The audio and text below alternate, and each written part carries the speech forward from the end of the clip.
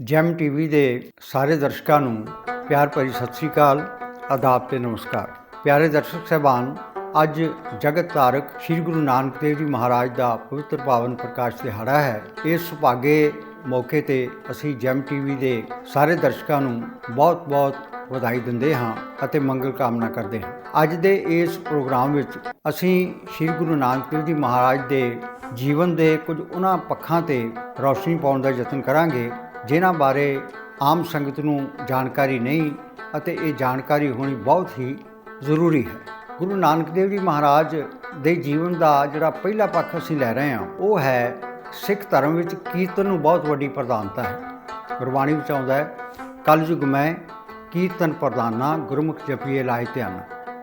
ਅਤੇ ਇਸ ਕੀਰਤਨ ਕਲਾ ਦੇ ਮੋਢੀ, ਇਸ ਕੀਰਤਨ ਕਲਾ ਦੇ ਸੰਸਥਾਪਕ ਅਤੇ ਬਾਨੀ ਸ੍ਰੀ ਗੁਰੂ ਨਾਨਕ ਦੇਵ ਜੀ ਮਹਾਰਾਜ ਨੇ। ਜਦੋਂ ਉਹਨਾਂ ਨੇ ਜਗ ਜਲੰਦੇ ਨੂੰ ਆਪਣੀ ਕਿਰਪਾ ਧਾਰ ਕੇ ਰੱਖਣ ਲਈ ਯਤਨ ਆਰੰਭਿਆ, ਯਾਨੀ ਉਦਾਸੀਆਂ ਲਈ ਰਵਾਨਾ ਹੋਏ, ਪਹਿਲੀ ਉਦਾਸੀ ਲਈ ਪਹਿਲਾ ਕਦਮ ਪੁੱਟਿਆ, ਤਾਂ ਉਹਨਾਂ ਨੇ ਨਾਲ ਆਪਣੇ ਇੱਕ ਸਾਥੀ ਲਿਆ ਲਾਗਲੇ ਪਿੰਡ ਤੋਂ ਭਾਈ ਮਰਦਾਨਾ। ਭਾਈ ਮਰਦਾਨਾ ਰਬਾਬੀ ਸੀ ਅਤੇ ਉਸ ਨੂੰ ਰਬਾਬ ਲੈ ਕੇ ਦਿੱਤੀ। ਸ੍ਰੀ ਗੁਰੂ ਨਾਨਕ ਦੇਵ ਜੀ ਨੇ ਇਸ ਤਰ੍ਹਾਂ ਕੀਰਤਨ ਨੂੰ ਆਪਣੀ ਪ੍ਰਚਾਰ ਦਾ ਮਾਧਿਅਮ ਬਣਾਇਆ। ਜਿੱਥੇ ਵੀ ਸਤਿਗੁਰ ਜਾਂਦੇ ਉੱਥੇ ਮਰਦਾਨੇ ਨੂੰ ਆਖਦੇ, ਮਰਦਾਨਿਆਂ ਰਬਾਬ ਉਠਾਏ ਕਾਈ ਸਿਫਤ ਖੁਦਾਏ ਦੀ ਕਰੀਏ। ਗੁਰੂ ਨਾਨਕ ਦੇਵ ਜੀ ਏਡੇ ਮਹਾਨ ਕੀਰਤਨਕਾਰ ਹੋਏ ਨੇ ਜਿਨ੍ਹਾਂ ਦੇ ਕੀਰਤਨ ਸਦਕਾ ਹੀ ਸੱਜਣ ਵਰਗੇ ਠੱਗ, ਕੌਡੇ ਵਰਗੇ ਰਾਖਸ਼, ਨੂਰਸ਼ਾਹ ਵਰਗੀਆਂ ਜਾਦੂਗਰਨੀਆਂ ਅਤੇ ਵਲੀ ਕੰਧਾਰੀ ਵਰਗੇ ਹੰਕਾਰੀ ਵੀ ਨੇਕ ਤੇ ਕਾਮਿਲ ਇਨਸਾਨ ਬਣ ਗਏ। ਗੁਰੂ ਸਾਹਿਬ ਰਾਗਾਂ ਦੇ ਬਹੁਤ ਵੱਡੇ ਗਿਆਤਾ ਸਨ ਔਰ ਗੁਰੂ ਨਾਨਕ ਦੇਵ ਜੀ ਤੋਂ ਵੱਡਾ ਕੀਰਤਨਕਾਰ ਜਾਂ ਸੰਗੀਤਕਾਰ ਸ਼ਾਇਦ ਹੀ ਦੁਨੀਆ ਵਿੱਚ ਕੋਈ ਹੋਵੇ। ਹਰ ਸੰਗੀਤਕਾਰ ਪਹਿਲਾਂ ਧੁਨ ਬਣਾਉਂਦਾ ਹੈ, ਫਿਰ ਉਸ ਨੂੰ ਗਾਉਂਦਾ ਹੈ, ਪਰ ਗੁਰੂ ਨਾਨਕ ਦੇਵ ਜੀ ਸੰਸਾਰ ਦੇ ਇੱਕੋ ਇੱਕ ਅਜਿਹੇ ਸੰਗੀਤਕਾਰ ਹੋਏ ਨੇ ਅਤੇ ਹਨ ਅਤੇ ਹਮੇਸ਼ਾ ਰਹਿਣਗੇ ਜਿਨ੍ਹਾਂ ਨੇ ਬਿਲਕੁਲ ਧੁਰ ਅੰਦਰੋਂ ਗਾਇਆ ਔਰ ਬਿਨਾਂ ਕਿਸੇ ਰਿਆਜ਼ ਦੇ। ਜਿਵੇਂ ਇਲਾਹੀ ਚਸ਼ਮਾ ਉਹਨਾਂ ਦੇ ਅੰਦਰੋਂ ਫੁੱਟਦਾ ਸੀ।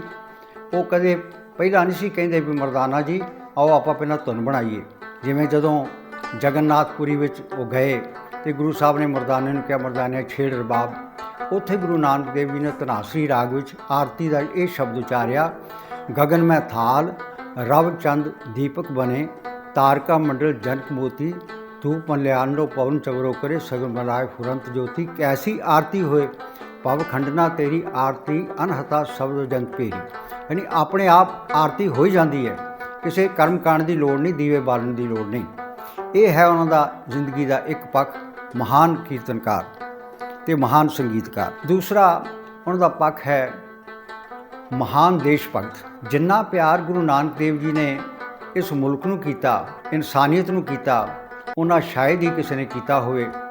ਜਿਸ ਅਕਾਲ ਪੁਰਖ ਨੂੰ ਗੁਰੂ ਸਾਹਿਬ ਇਹ ਕਹਿ ਕੇ ਸੰਬੋਧਨ ਕਰਦੇ ਨੇ ਆਪਣੀ ਬਾਣੀ ਵਿੱਚ, ਆਖਾਂ ਜੀਵਾਂ ਵਿਸਰੇ ਮਰ ਜਾਓ, ਆਖਣ ਔਖਾ ਸਾਚਾ ਨਾਉ। ਵੀ ਜੇ ਮੈਂ ਤੈਨੂੰ ਯਾਦ ਰੱਖਦਾ ਹਾਂ ਤਾਂ ਸਮਝੋ ਮੈਂ ਜਿਉਂਦਾ ਹਾਂ, ਜੇ ਮੈਂ ਵਿਸਾਰ ਦਿੰਦਾ ਹਾਂ ਤਾਂ ਸਮਝੋ ਮੈਂ ਮ੍ਰਿਤਕ ਹਾਂ। ਅਤੇ ਉਸ ਰੱਬ ਨੂੰ ਵੀ ਤਾਨਾ ਮਾਰਨੋਂ ਉਸ ਵੇਲੇ ਗੁਰੂ ਨਾਨਕ ਦੇਵ ਜੀ ਨੇ ਗੁਰੇਜ਼ ਨਹੀਂ ਕੀਤਾ, ਬਾਵਾਜ਼ੇ ਬੁਲੰਦ ਕਿਹਾ।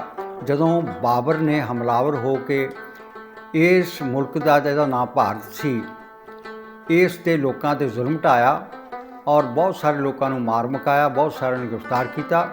ਉੱਥੇ ਗੁਰੂ ਨਾਨਕ ਦੇਵ ਜੀ ਨੇ ਕਿੱਡੀ ਦਲੇਰੀ ਹੈ, ਕਿੱਡੀ ਬੇਬਾਕੀ ਹੈ ਕਿ ਉਸ ਨੂੰ ਬਾਬਰ ਤੂੰ ਜਾਬਰ ਹੈ ਕਿਹਾ। ਭਾਰਤ ਨੂੰ ਹਿੰਦੁਸਤਾਨ ਦਾ ਨਾਂ ਦੇਣ ਵਾਲੇ ਵੀ ਗੁਰੂ ਨਾਨਕ ਦੇਵ ਜੀ ਨੇ। ਉਹਨਾਂ ਦੀ ਬਾਣੀ ਬਾਬਰ ਬਾਣੀ ਇੱਕ ਅਹਿਮ ਰਚਨਾ ਹੈ ਜਿਹਦੇ ਵਿੱਚ ਗੁਰੂ ਸਾਹਿਬ ਕਹਿੰਦੇ ਨੇ, ਖੁਰਾਸਾਨ ਖਸਮਾਨਾ ਕੀਆ, ਹਿੰਦੁਸਤਾਨ ਡਰਾਇਆ, ਆਪੇ ਦੋਸ਼ ਨਾ ਦੇਈ ਕਰਤਾ, ਜਮਕਲ ਮੁਗਰ ਚੜਾਇਆ। ਅਤੇ ਦੂਸਰੀ ਤੁਕ ਕਹਿੰਦੇ ਨੇ, ਕਾਇਆ ਕੱਪੜ ਟੁਕ ਟੁਕ ਹੋਸੀ, ਲੀਰੋ ਲੀਰ ਹੋ ਜਾਏਗੀ, ਹਿੰਦੁਸਤਾਨ ਸਮਾਲਸੀ ਬੋਲਾ। ਇਹ ਦੋ ਵਾਰੀ ਹਿੰਦੁਸਤਾਨ ਦਾ ਲਫ਼ਜ਼ ਪਹਿਲੀ ਵਾਰੀ ਇਸ ਸਰਜ਼ਮੀ 'ਤੇ ਲਿਆ ਗਿਆ ਕਿ ਜੇ ਭਾਰਤ ਦੇਸ਼ ਦੇ ਲੋਕ ਏਕਤਾ ਦੇ ਸੂਤਰ ਵਿੱਚ ਨਾ ਬਝੇ ਰਹਿਣਗੇ ਤਾਂ ਉਹ ਖੁਆਰ ਹੋਣਗੇ ਅਤੇ ਨਾਨਕ ਦੇ ਇਹਨਾਂ ਬੋਲਾਂ ਨੂੰ ਯਾਦ ਕਰਕੇ ਪਛਤਾਇਆ ਕਰਨਗੇ। ਇਹ ਹੈ ਗੁਰੂ ਨਾਨਕ ਸਾਹਿਬ ਦੀ ਅਜ਼ਮਤ। ਤੀਸਰਾ ਉਹਨਾਂ ਦਾ ਪੱਖ ਹੈ, ਗੁਰੂ ਨਾਨਕ ਸਾਹਿਬ ਨੇ ਆਪਣੇ ਆਪ ਨੂੰ ਕੋਈ ਅਵਤਾਰ, ਪੈਗੰਬਰ ਜਾਂ ਕੋਈ ਬਹੁਤ ਵੱਡਾ ਔਲੀਆ ਨਹੀਂ ਖਵਾਇਆ। ਇੰਨੀ ਨਿਮਰਤਾ, ਇੰਨੀ ਹਲੀਮੀ, ਇੰਨੀ ਸਾਦਗੀ, ਇੰਨਾ ਮਿਠਾਸ ਭਰਿਆ ਜੀਵਨ ਸ਼ਾਇਦ ਹੀ ਕਿਤੇ ਕਿਸੇ ਨੂੰ ਪੜ੍ਹਨ ਸੁਣਨ ਨੂੰ ਮਿਲੇ ਜਾਂ ਵਾਚਣ ਨੂੰ ਮਿਲੇ। ਗੁਰੂ ਨਾਨਕ ਸਾਹਿਬ ਕਹਿੰਦੇ ਨੇ, ਨਾਨਕ ਨੀਚ ਕਹੇ ਵਿਚਾਰ, ਵਾਰਿਆ ਨਾ ਜਾਵਾਂ ਇੱਕ ਵਾਰ, ਜੋ ਤੁਧ ਭਾਵੇ ਸਾਈ ਭਲੀ ਕਾਰ, ਤੂੰ ਸਦਾ ਸਲਾਮਤ ਨਿਰੰਕਾਰ। ਤੇ ਗੁਰੂ ਨਾਨਕ ਦੇਵ ਜੀ ਨੇ ਇਹ ਵੀ ਆਖਿਆ, ਨੀਚਾ ਅੰਦਰ ਨੀਚ ਜਾਤ, ਨੀਚੀ ਹੂੰ ਅਤ ਨੀਚ, ਨਾਨਕ ਤਿਨ ਕੇ ਸੰਗ ਸਾਥ, ਵੱਡਿਆਂ ਸਿਉ ਕਿਆ ਰੀਸ, ਜਿੱਥੇ ਨੀਚ ਸਮਾਲੀਅਨ ਤਿੱਥੇ ਨਜ਼ਰ ਤੇਰੀ ਬਖਸ਼ੀਸ। ਜਿਨ੍ਹਾਂ ਦਾ ਕੋਈ ਨਹੀਂ, ਜਿਹੜੇ ਨਿਮਾਣੇ ਨੇ, ਜਿਹੜੇ ਪ੍ਰਤਾੜਿਤ ਨੇ, ਜਿਹੜੇ ਭੈ ਪੀਤ ਨੇ, ਜਿਹੜੇ ਖੌਫਜ਼ਦਾ ਨੇ, ਉਹਨਾਂ ਦੇ ਨਾਲ ਨਾਨਕ ਖੜ੍ਹਾ ਹੈ। ਇਸਤਰੀ ਜਾਤੀ ਜਿਹਨੂੰ ਲਤਾੜਿਆ ਜਾਂਦਾ ਸੀ, ਗੁਰੂ ਨਾਨਕ ਸਾਹਿਬ ਪਹਿਲੇ ਵਾਹਦ ਮਹਾਂਪੁਰਖ ਹੋਏ ਨੇ ਜਿਨ੍ਹਾਂ ਨੇ ਉੱਚੀ ਆਵਾਜ਼ ਵਿੱਚ ਆਖਿਆ ਆਪਣੀ ਬਾਣੀ ਰਾਹੀਂ ਕਿ ਸੋ ਕਿਉਂ ਮੰਦਾ ਆਖੀਏ ਜਿਤ ਜੰਮੇ ਰਾਜਾਨ। ਜਿਹੜੀ ਔਰਤ ਪੀਰਾਂ ਪੈਗੰਬਰਾਂ ਨੂੰ, ਵਲੀਆਂ ਨੂੰ, ਰਾਜਿਆਂ ਮਹਾਰਾਜਿਆਂ ਨੂੰ ਜਨਮ ਦਿੰਦੀ ਹੈ, ਉਹ ਨਿੰਦਣਯੋਗ ਨਹੀਂ, ਉਹ ਕਿਸੇ ਵਿਤਕਰੇ ਦੀ ਸ਼ਿਕਾਰ ਹੋਣ ਵਾਸਤੇ ਨਹੀਂ ਬਣੀ। ਉਹਦਾ ਸਨਮਾਨ ਕਰਨਾ ਬਣਦਾ ਹੈ ਔਰ ਔਰਤ ਨੂੰ ਉਹਦਾ ਹੱਕ ਮਿਲਣਾ ਚਾਹੀਦਾ। ਅਤੇ ਅੱਗੇ ਜਾ ਕੇ ਗੁਰੂ ਤੇਗ ਬਹਾਦਰ ਸਾਹਿਬ ਨੇ ਇਹ 'ਤੇ ਮੋਹਰ ਲਾਈ, ਮਾਈਆਂ ਰੱਬ ਰਜਾਈਆਂ। ਅੱਜ ਦੇ ਜ਼ਮਾਨੇ ਵਿੱਚ ਔਰਤਾਂ ਹਰ ਫੀਲਡ ਵਿੱਚ, ਹਰ ਖੇਤਰ ਵਿੱਚ ਤਰੱਕੀ ਕਰ ਰਹੀਆਂ ਨੇ। ਇੱਥੋਂ ਤੱਕ ਕਿ ਕਈ ਖੇਤਰਾਂ ਵਿੱਚ ਮਰਦਾਂ ਨੂੰ ਵੀ ਪਛਾੜ ਚੁੱਕੀਆਂ ਨੇ। ਜਿਸ ਮੁਕਾਮ 'ਤੇ ਅੱਜ ਇਸਤਰੀ ਜਾਤੀ ਮਾਣ ਮਹਿਸੂਸ ਕਰ ਰਹੀ ਹੈ, ਸਮਾਜ ਵਿੱਚ ਧੌਣ ਉੱਚੀ ਕਰਕੇ ਔਰ ਬੜੇ ਸਵੈਮਾਨ ਨਾਲ ਵਿਚਰ ਰਹੀ ਹੈ, ਇਹ ਦੇਣ ਸਾਰੀ ਗੁਰੂ ਨਾਨਕ ਦੇਵ ਸੱਚੇ ਪਾਤਸ਼ਾਹ ਦੀ ਹੈ। ਇਸ ਤੋਂ ਬਾਅਦ ਅਗਲੀ ਜਿਹੜੀ ਗੱਲ ਹੈ ਉਹ ਹੈ ਕਿ ਗੁਰੂ ਨਾਨਕ ਦੇਵ ਜੀ ਨੇ ਆਪਣੇ ਆਪ ਨੂੰ ਸ਼ਾਇਰ ਕਹਿਣ ਵਿੱਚ ਬਹੁਤ ਫਖਰ ਮਹਿਸੂਸ ਕੀਤਾ ਹੈ। ਸ਼ਾਇਰ ਆਪ ਜੀ ਦੀ ਬਾਣੀ ਹੈ, ਨਾਨਕ ਸ਼ਾਇਰ ਏਵ ਕਹਿਤ ਹੈ, ਜਾਂ ਉਹਨਾਂ ਨੇ ਕਿਹਾ ਆਪਣੇ ਆਪ ਨੂੰ ਢਾਡੀ, ਢਾਡੀ ਕਹਿ ਕੇ। ਢਾਡੀ ਉਹ ਵਿਅਕਤੀ ਹੁੰਦਾ ਜਿਹੜਾ ਅਕਾਲ ਪੁਰਖ ਦੀ ਜਾਂ ਪ੍ਰਭੂ ਦੀ ਸਿਫਤ ਕਰਦਾ, ਜਾਂ ਹਉ ਢਾਡੀ ਹਰ ਪੁਰਖ ਖਸਮ ਕਾ, ਜਾਂ ਸਿਮਰੁਰੀ ਦਾ ਢਾਡੀ ਹੈ ਸਤਿਗੁਰ ਬਖਸ਼ੰਦਾ। ਇਸ ਤਰ੍ਹਾਂ ਉਹਨਾਂ ਦੀ ਜੀਵਨ ਦੀ ਇਹ ਵੀ ਝਾਕੀ ਹੈ, ਸਾਨੂੰ ਆਪਣੇ ਧਿਆਨ ਵਿੱਚ ਰੱਖਣੀ ਚਾਹੀਦੀ ਹੈ। ਇਸ ਤੋਂ ਬਾਅਦ ਗੁਰੂ ਨਾਨਕ ਦੇਵ ਜੀ ਮਹਾਰਾਜ ਜਿਹੜੀ ਅਗਲੀ ਇੱਕ ਵਿਲੱਖਣ ਗੱਲ ਹੈ ਉਹਨਾਂ ਦੇ ਜੀਵਨ ਦੀ, ਉਹ ਹੈ ਕਿ ਉਹਨਾਂ ਨੇ ਗ੍ਰਸਥ ਮਾਰਗ ਨੂੰ ਪ੍ਰਧਾਨਤਾ ਦਿੱਤੀ ਹੈ। ਅੱਜ ਜਿਹੜਾ ਜੀਵਨ ਅਸੀਂ ਜਿਉ ਰਹੇ ਹਾਂ, ਇਹ ਗੁਰੂ ਨਾਨਕ ਸਾਹਿਬ ਦੀ ਦੇਣ ਹੈ ਬਹੁਤ ਵੱਡੀ। ਇਸ ਤੋਂ ਪਹਿਲਾਂ ਸਿੱਧ ਜਿਹੜੇ ਸੀ ਉਹ ਸੰਸਾਰ ਨੂੰ ਛੱਡ ਕੇ ਤੇ ਹੋਏ ਅਤੀਤ ਗ੍ਰਸਥ ਤਜ, ਭਾਈ ਗੁਰਦਾਸ ਕਹਿੰਦੇ ਨੇ, ਫਿਰ ਉਹਨੂੰ ਹੋਈ ਕਿ ਕਰ ਮੰਗਣ ਜਾਈ, ਜੰਗਲਾਂ ਪਰਬਤਾਂ ਚਲੇ ਜਾਂਦੇ ਸੀ ਅਤੇ ਕਹਿੰਦੇ ਸੀ ਇਸ ਦੁਨੀਆ 'ਚ ਰਹਿ ਕੇ ਰੱਬ ਦੀ ਪ੍ਰਾਪਤੀ ਨਹੀਂ ਹੋ ਸਕਦੀ। ਗੁਰੂ ਨਾਨਕ ਦੇਵ ਜੀ ਨੇ ਚਰਚਾ ਕੀਤੀ, ਉਹਨਾਂ ਦੇ ਨਾਲ ਸਿੱਧਾਂ ਦੇ ਨਾਲ ਚਰਚਾ ਕੀਤੀ, ਉਹਨਾਂ ਨੂੰ ਜਾ ਕੇ ਸਮਝਾਇਆ ਕਿ ਗ੍ਰਸਥ ਮਾਰਗ 'ਚ ਰਹਿੰਦੇ ਹੋਏ, ਸਾਰੇ ਕੰਮਕਾਰ ਕਰਦੇ ਹੋਏ, ਦੁਨਿਆਵੀ ਫਰਜ਼ ਨਿਭਾਉਂਦੇ ਹੋਏ, ਆਪਣਾ ਟੱਬਰ ਪਾਲਦੇ ਹੋਏ, ਸਮਾਜ ਪ੍ਰਤੀ, ਦੇਸ਼ ਪ੍ਰਤੀ, ਕੌਮ ਪ੍ਰਤੀ, ਮਾਨਵਤਾ ਪ੍ਰਤੀ ਆਪਣੀਆਂ ਜ਼ਿੰਮੇਵਾਰੀਆਂ ਨੂੰ ਨਿਭਾਉਂਦੇ ਹੋਏ ਵੀ ਅਕਾਲ ਪੁਰਖ ਦੀ ਪ੍ਰਾਪਤੀ ਕੀਤੀ ਜਾ ਸਕਦੀ ਹੈ। ਗੁਰੂ ਨਾਨਕ ਦੇਵ ਜੀ ਮਹਾਰਾਜ ਇੱਕ ਬਹੁਤ ਵੱਡੇ ਟਰੈਵਲਰ ਦੇ ਰੂਪ 'ਚ ਜਾਣੇ ਜਾਂਦੇ ਨੇ। ਇਹ ਬੜਾ ਪੱਖ ਅਣਗੌਲਿਆ। ਦੁਨੀਆ ਵਿੱਚ ਬਹੁਤ ਸਾਰੇ ਲੋਕਾਂ ਨੇ ਯਾਤਰਾਵਾਂ ਕੀਤੀਆਂ, ਪਰ ਦੰਭ ਨੂੰ, ਪਖੰਡ ਨੂੰ, ਅਧਰਮ ਨੂੰ, ਕੂੜ ਨੂੰ, ਕੁਸੱਤ ਨੂੰ ਅਤੇ ਫਿਰਕਾਦਾਰਾਨਾ ਸੋਚ ਨੂੰ ਸੌੜੀਆਂ ਵਲਗਣਾਂ 'ਚੋਂ ਕੱਢ ਕੇ ਮਨੁੱਖਤਾ ਨੂੰ ਵਿਸ਼ਾਲ ਦ੍ਰਿਸ਼ਟੀਕੋਣ ਦੇ ਧਾਰਨੀ ਬਣਾਉਣ ਵਾਸਤੇ ਗੁਰੂ ਨਾਨਕ ਦੇਵ ਜੀ ਮਹਾਰਾਜ ਨੇ ਇਹਨਾਂ ਪਾਵਨ ਚਰਨਾਂ ਨਾਲ, ਭਾਈ ਮਰਦਾਨਾ ਅਤੇ ਬਾਲਾ ਦੇ ਨਾਲ ਹਜ਼ਾਰਾਂ ਮੀਲ ਦੀ ਯਾਤਰਾ ਕੀਤੀ। ਗੁਰੂ ਨਾਨਕ ਦੇਵ ਜੀ ਨੇ ਹਰ ਇਲਾਕੇ ਵਿੱਚ ਜਾ ਕੇ ਈਰਾਨ ਤੱਕ, ਅਫਗਾਨਿਸਤਾਨ, ਤੁਰਕਮੇਨਿਸਤਾਨ, ਬਲਖ ਬੁਖਾਰਾ, ਸ਼੍ਰੀਲੰਕਾ, ਤਿੱਬਤ, ਚੀਨ ਤੱਕ। ਚੀਨ ਵਿੱਚ ਇੱਕ ਸ਼ਹਿਰ ਹੈ, ਤੁਹਾਡੀ ਜਾਣਕਾਰੀ ਲਈ ਦੱਸਾਂ, ਨਵੀਂ ਜਾਣਕਾਰੀ ਹੈ, ਨਾਨਕਿਆਂਗ। ਉੱਥੇ ਗੁਰੂ ਨਾਨਕ ਦੇਵ ਜੀ ਨੂੰ ਨਾਨਕ ਲਾਮਾ ਕਰਕੇ ਪੂਜਦੇ ਨੇ। ਉੱਥੇ ਉਹਨਾਂ ਦੀਆਂ ਖੜਾਵਾਂ ਵੀ ਪਈਆਂ ਨੇ। ਔਰ ਸ਼ਹਿਰ ਵਿੱਚ ਕਾਫੀ ਚੀਨੀ ਹੁਣ ਸਿੱਖ ਸੱਜ ਚੁੱਕੇ ਨੇ। ਉੱਥੇ ਤੱਕ ਗੁਰੂ ਨਾਨਕ ਦੇਵ ਜੀ ਗਏ, ਚੀਨ ਵਿੱਚ ਨਾਨਕਿਆਂਗ ਸ਼ਹਿਰ ਹੈ ਉਹ। ਸ਼੍ਰੀ ਗੁਰੂ ਨਾਨਕ ਦੇਵ ਜੀ ਮਹਾਰਾਜ ਦੇ ਜੀਵਨ ਦਾ ਇੱਕ ਹੋਰ ਜਿਹੜਾ ਪੱਖ ਹੈ, ਆਮ ਤੌਰ 'ਤੇ ਨਹੀਂ ਵਿਚਾਰਿਆ ਜਾਂਦਾ ਔਰ ਬਹੁਤ ਵਿਚਾਰਨਯੋਗ ਹੈ, ਬਹੁਤ ਮਹਾਨ ਪੱਖ ਹੈ, ਉਹ ਹੈ ਉਹਨਾਂ ਦੀ ਵਿਗਿਆਨਕ ਸੋਚ। ਜਿਹੜੀਆਂ ਚੀਜ਼ਾਂ ਸੰਸਾਰ ਵਿੱਚ ਅੱਜ ਵਿਗਿਆਨ ਪ੍ਰਗਟ ਕਰ ਰਿਹਾ ਹੈ, ਲੋਕਾਂ ਨੂੰ ਦੱਸ ਰਿਹਾ, ਸ਼੍ਰੀ ਗੁਰੂ ਨਾਨਕ ਦੇਵ ਜੀ ਨੇ ਅੱਜ ਤੋਂ 500 ਸਾਲ ਪਹਿਲਾਂ ਉਹ ਸੱਚ ਜਿਹੜੇ ਸੀ, ਉਹ ਗੁੱਝੇ ਭੇਦ ਜਿਹੜੇ ਕੁਦਰਤ ਸੀ, ਉਹ ਜੱਗ ਅੱਗੇ ਜ਼ਾਹਰ ਕੀਤੇ। ਜਿਵੇਂ ਆਪ ਜੀ ਫਰਮਾਉਂਦੇ ਨੇ, ਲੱਖ ਆਗਾਸਾਂ ਆਗਾਸ, ਲੱਖ ਪਾਤਾਲਾ ਪਾਤਾਲ। ਕਈ ਆਕਾਸ਼ ਨੇ, ਕਈ ਬ੍ਰਹਮੰਡ ਨੇ, ਕਈ ਧਰਤੀਆਂ ਨੇ, ਧਰਤੀ ਹੋਰ ਪਰੇ ਹੋਰ, ਤਿਸਤੇ ਭਾਰ ਤਲੇ ਕੌਣ ਜੋਰ। ਇਹ ਜਿਹੜੇ ਸੱਚ ਸੀ, ਇਹ ਗੁਰੂ ਨਾਨਕ ਸਾਹਿਬ ਨੇ ਪ੍ਰਗਟ ਕੀਤੇ। ਉਹਨਾਂ ਦੀ ਸੋਚ ਵਿਗਿਆਨਕ ਸੋਚ ਸੀ। ਇੱਕ ਹੋਰ ਵਿਲੱਖਣ ਪੱਖ ਜਿਹਦਾ ਮੈਂ ਜ਼ਿਕਰ ਕਰਨਾ ਚਾਹਾਂਗਾ ਤੁਹਾਡੇ ਨਾਲ, ਉਹ ਹੈ ਕਿ ਸੰਵਾਦ ਦੀ ਜਿਹੜੀ ਡਾਇਲੋਗ ਦੀ ਜਾਂ ਗੱਲਬਾਤ ਦੀ, ਚਰਚਾ ਦੀ, ਗੋਸ਼ਟੀ ਦੀ ਜਿਹੜੀ ਪਰੰਪਰਾ ਹੈ, ਇਹ ਸ਼੍ਰੀ ਗੁਰੂ ਨਾਨਕ ਦੇਵ ਜੀ ਮਹਾਰਾਜ ਨੇ ਤੋਰੀ। ਉਹਨਾਂ ਨੇ ਫਰਮਾਇਆ, ਦੇਖੋ ਕਿੱਡਾ ਸਾਡੇ ਲਈ ਇਹ ਇੱਕ ਉਹ ਰਾਹ ਦਸੇਰਾ ਬਣ ਕੇ ਸੰਦੇਸ਼ ਦੇ ਗਏ ਨੇ। जबलक दुनिया रहीए नानक, किछ सुनिए किछ कहिए। सीधा उन्होंने यही आख्या ना, रोस ना कीजे उत्तर दीजिए। रोस क्यों करते हो? मैं सवाल करदा है, तुसी जवाब दिओ। तुसी सवाल करो, मैं जवाब देना। तर्कवादी सन गुरु नानक देव जी, तर्क संगत गल करते सन, किसी को निंदिया नहीं उन्होंने। इस तरह गुरु नानक देव जी कर्मकांडी विचारां दे बराबर एक अपना महा सुच्चा विचार रख दिंदे सन, जिहड़ा मनुखता नूं तार दिंदा सी। जदों काजियां ने पुछया उत्थे मक्के विच, पुछण खोल किताब नूं, हिंदू वड्डा कि मुसलमान होई? ये सवाल बड़ा ਜ਼ਬਰਦਸਤ ਸੀ। ਤੇ ਗੁਰੂ ਸਾਹਿਬ ਨੇ ਸਹਿ ਸੁਭਾਏ ਦਾ ਉੱਤਰ ਜੋ ਦਿੱਤਾ, ਉਹ ਹੁਣ ਤੱਕ ਵੀ ਤੇ ਸਦੀਆਂ ਤੱਕ ਉਹ ਰਾਹ ਦਸੇਰਾ ਰਹੇਗਾ। ਬਾਬਾ ਆਖੇ ਹਾਜੀਆਂ, ਸ਼ੁਭ ਅਮਲਾਂ ਬਾਝੋਂ ਦੋਨੋਂ ਰੋਈ। ਜੇ ਅਮਲ ਚੰਗੇ ਨਹੀਂ, ਜੇ ਜ਼ਿੰਦਗੀ ਦਾ ਚਲਨ ਚੰਗਾ ਨਹੀਂ, ਜੇ ਤੁਹਾਡਾ ਇਖਲਾਕ ਚੰਗਾ ਨਹੀਂ, ਜੇ ਤੁਹਾਡੇ ਕੰਮ ਚੰਗੇ ਨਹੀਂ, ਤੇ ਫਿਰ ਦੋਨੇ ਰੋਣਗੇ। ਦਰਗਾਹ ਅੰਦਰ ਲੈਣ ਨਾ ਢੋਈ, ਉਹਨਾਂ ਨੂੰ ਦਰਗਾਹ ਵਿੱਚ ਢੋਈ ਨਹੀਂ ਮਿਲੇਗੀ। ਤਿੰਨ ਸਿੱਖਿਆਵਾਂ ਜਿਹੜੀਆਂ ਗੁਰੂ ਨਾਨਕ ਦੇਵ ਜੀ ਨੇ ਸਾਨੂੰ ਦਸੀਆਂ, ਨਾਮ ਜਪੋ, ਕਿਰਤ ਕਰੋ ਤੇ ਵੰਡ ਛਕੋ। ਇਹਨਾਂ ਵਿੱਚੋਂ ਕਿਰਤ ਦਾ ਜਿਹੜਾ ਪੱਖ ਹੈ ਉਹ ਆਮ ਤੌਰ ਤੇ ਬਹੁਤੇ ਲੋਕ ਵਿਚਾਰਦੇ ਨਹੀਂ। ਇਹ ਬੜਾ ਵੱਡਾ ਪੱਖ ਹੈ ਜਿਹੜਾ ਗੁਰੂ ਨਾਨਕ ਦੇਵ ਜੀ ਨੇ ਉਜਾਗਰ ਕੀਤਾ।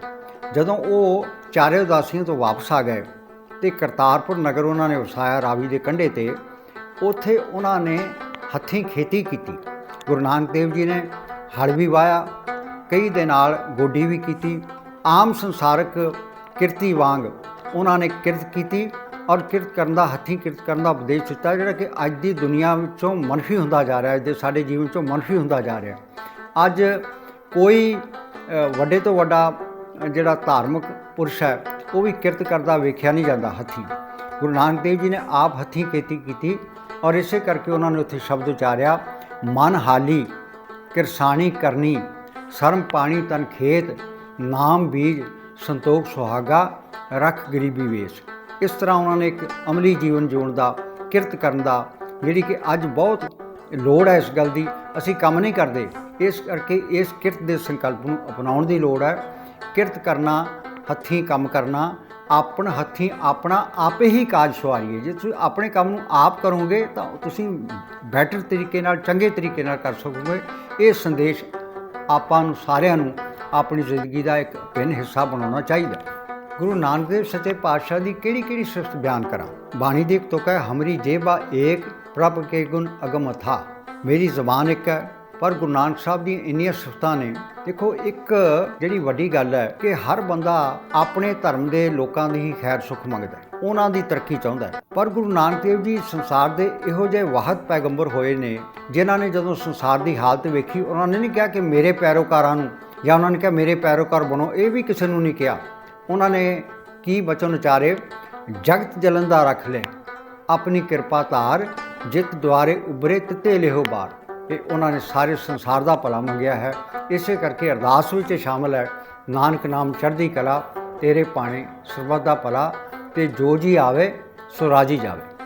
ਇਹ ਹੈ ਗੁਰੂ ਨਾਨਕ ਸਾਹਿਬ ਦਾ ਸੰਦੇਸ਼, ਜਿਹੜਾ ਸਾਰੇ ਸਮੇਂ ਵਾਲੀ ਪ੍ਰਸੰਗਕ ਤੇ ਆਦ ਸੱਚ ਜੁਗਾਦ ਸੱਚ ਹੈ ਵੀ ਸੱਚ, ਨਾਨਕ ਹੁਸੀ ਵੀ ਸੱਚ ਦੇ ਮੁਤਾਬਕ ਹਮੇਸ਼ਾ ਪ੍ਰਸੰਗਤ ਹੈ। ਜਿੰਨੀ ਬਾਣੀ ਗੁਰੂ ਸਾਹਿਬ ਉਚਾਰਦੇ ਸਨ, ਉਸ ਨੂੰ ਉਹ ਸੰਭਾਲ ਕੇ ਰੱਖਦੇ ਸਨ, ਲਿਪੀਬੱਧ ਕਰਦੇ ਸਨ, ਔਰ ਉਹ ਬਾਣੀ ਉਹਨਾਂ ਨੇ ਫਿਰ ਗੁਰੂ ਅੰਗਦ ਦੇਵ ਜੀ ਨੂੰ ਸੌਂਪੀ, ਜਦੋਂ ਉਹਨਾਂ ਨੂੰ ਆਪਣਾ ਰੂਪ ਦਿੱਤਾ ਤੇ ਆਪਣੀ ਜੋਤ ਉਹਨਾਂ ਵਿੱਚ ਟਿਕਾਈ, ਤੇ ਇਸ ਤਰ੍ਹਾਂ ਸੰਸਾਰ ਨੂੰ ਇੱਕ ਨਵੀਂ ਰੌਸ਼ਨੀ ਦਿੱਤੀ। ਇਸੇ ਕਰਕੇ ਕਿਹਾ ਜਾਂਦਾ ਹੈ ਕਿ ਸਤਿਗੁਰ ਨਾਨਕ ਦੇਵ ਦੇਵ ਦੇਵੀ ਸਭ ਤੇ ਆਵੇ, ਭਾਈ ਗੁਰਦਾਸ ਦੀ ਰਚਨਾ ਹੈ। ਤੇ ਇਹ ਵੀ ਕਿਹਾ ਜਾਂਦਾ ਹੈ ਕਿ ਸੁਣੀ ਅਰਦਾਸ ਸੁਆਮੀ ਮੇਰੇ, ਸਰਬ ਕਲਾ ਬਣ ਆਈ, ਪ੍ਰਗਟ ਪਈ ਸਗਲੇ ਯੁਗ ਅੰਤਰ, ਗੁਰੂ ਨਾਨਕ ਕੀ ਵਡਿਆਈ। ਅੱਜ ਗੁਰੂ ਨਾਨਕ ਦੇਵ ਜੀ ਦੀਆਂ ਸਿੱਖਿਆਵਾਂ ਹੋਰ ਵੀ ਪ੍ਰਸੰਗਿਕ ਨੇ, ਕਿਉਂਕਿ ਜਿਹੜਾ ਦੌਰ ਉਹਨਾਂ ਨੇ ਹੰਢਾਇਆ, ਜੋ ਹਾਲਾਤ ਉਹਨਾਂ ਨੇ ਦੇਖੇ, ਉਸ ਤੋਂ ਵੀ ਬਦਤਰ ਹਾਲਾਤ, ਅਤਿਅੰਤ ਭੈੜੇ ਹਾਲਾਤ ਅੱਜ ਦੇਸ਼ ਅਤੇ ਦੁਨੀਆ ਦੇ ਨੇ। ਇਸ ਕਰਕੇ ਅਸੀਂ ਸਹੀ ਮਾਅਨਿਆਂ ਵਿੱਚ ਗੁਰੂ ਨਾਨਕ ਦੇਵ ਜੀ ਦਾ ਗੁਰਪੁਰਬ ਤਾਂ ਹੀ ਮਨਾ ਰਹੇ ਹੋਵਾਂਗੇ ਜੇ ਅਸੀਂ ਉਹਨਾਂ ਵੱਲੋਂ ਦਿੱਤੀਆਂ ਸਿੱਖਿਆਵਾਂ 'ਤੇ ਅਮਲ ਕਰੀਏ ਅਤੇ ਸਮਾਜ ਨੂੰ ਇਹਨਾਂ ਬੁਰਾਈਆਂ ਤੋਂ ਮੁਕਤ ਕਰਨ ਲਈ ਆਪਣਾ ਬਣਦਾ ਯੋਗਦਾਨ ਪਾਈਏ। ਇੱਕ ਵਾਰ ਫੇਰ ਅਲਾਮਾ ਇਕਬਾਲ ਦੇ ਇਸ ਸ਼ੇਅਰ ਨਾਲ ਗੁਰੂ ਸਾਹਿਬ ਨੂੰ ਨਤਮਸਤਕ ਹੁੰਦੇ ਹੋਏ ਇਸ ਪ੍ਰੋਗਰਾਮ ਨੂੰ ਖਤਮ ਕਰਨ ਦੀ ਤੁਹਾਡੇ ਤੋਂ ਇਜਾਜ਼ਤ ਮੰਗਦੇ ਹਾਂ। ਫਿਰ ਉਠੀ ਆਖਿਰ ਸਦਾ ਤੌਹੀਦ ਕੀ ਪੰਜਾਬ ਸੇ, ਫਿਰ ਉਠੀ आखिर सदा तौहीद की पंजाब से, हिंद को एक मर्दे कामल ने जगाया ख्वाब से। देश नूं वधाई, कौम नूं वधाई, सुभागी पुन्निया दी जहान नूं वधाई। बहुत बहुत धन्यवाद।